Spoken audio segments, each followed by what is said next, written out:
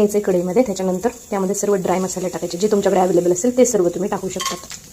आणि ते मस्त फ्राय करून घ्या 1-2 मिनिटासाठी. हे फ्राय झाल्यानंतर त्याच्यामध्ये टाकायचं आहे उभा चिरलेला कांदा अशा प्रकारे, आणि तो पण फ्राय करून घ्यायचा आहे लाल होईपर्यंत.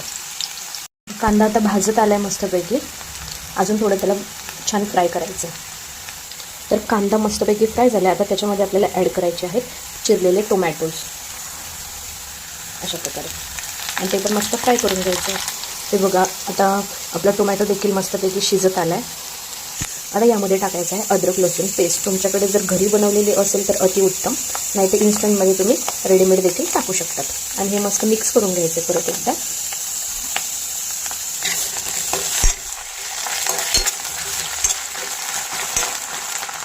आता यामध्ये टाकायचे आहे कोथिंबीर आणि मिक्स करून घ्यायचं परत एकदा.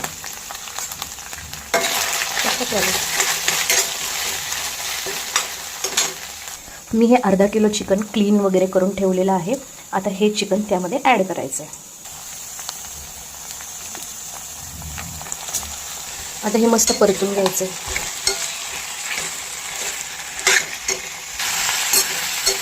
ते बघा मस्तपैकी असं परतून घ्यायचं आहे.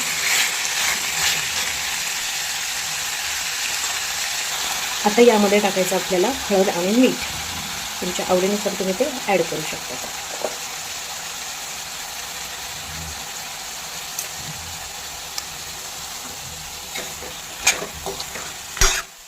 मिक्स करून घ्यायचे मस्त.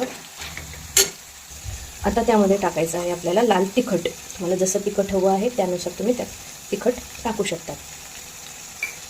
त्यानंतर हा सुहाणा मीठ मसाला, किंवा त्याऐवजी तुम्ही आपला ह्याचा एव्हरेस्टचा देखील घेऊ शकतात. मीठ मसाल्याच्या ऐवजी तुम्ही चिकन मसाला देखील घेऊ शकता. नंतर गरम मसाला.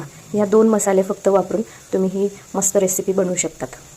आपण आता हा सर्व मसाला त्यामध्ये थोडा थोडा ॲड करूया.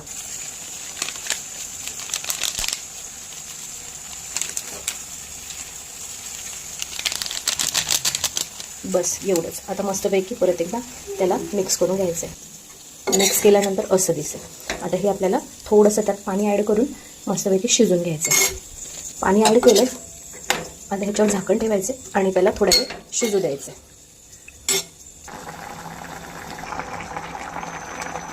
तर तयार आहे आपली इन्स्टंट चिकन करी. हे बघा एकदम मस्त. तुम्ही भाताबरोबर खाऊ शकतात, चपातीबरोबर, भाकरीबरोबर, कशाही बरोबर तुम्ही खाऊ शकतात. आणि स्पेशली बॅचलर्स वगैरे असाल, वाटण वगैरे काही नाही आहे, त्यावेळेस तुम्ही ही रेसिपी ट्राय करू शकतात. एकदम इझी आणि फास्ट आहे. Thank you so much for watching.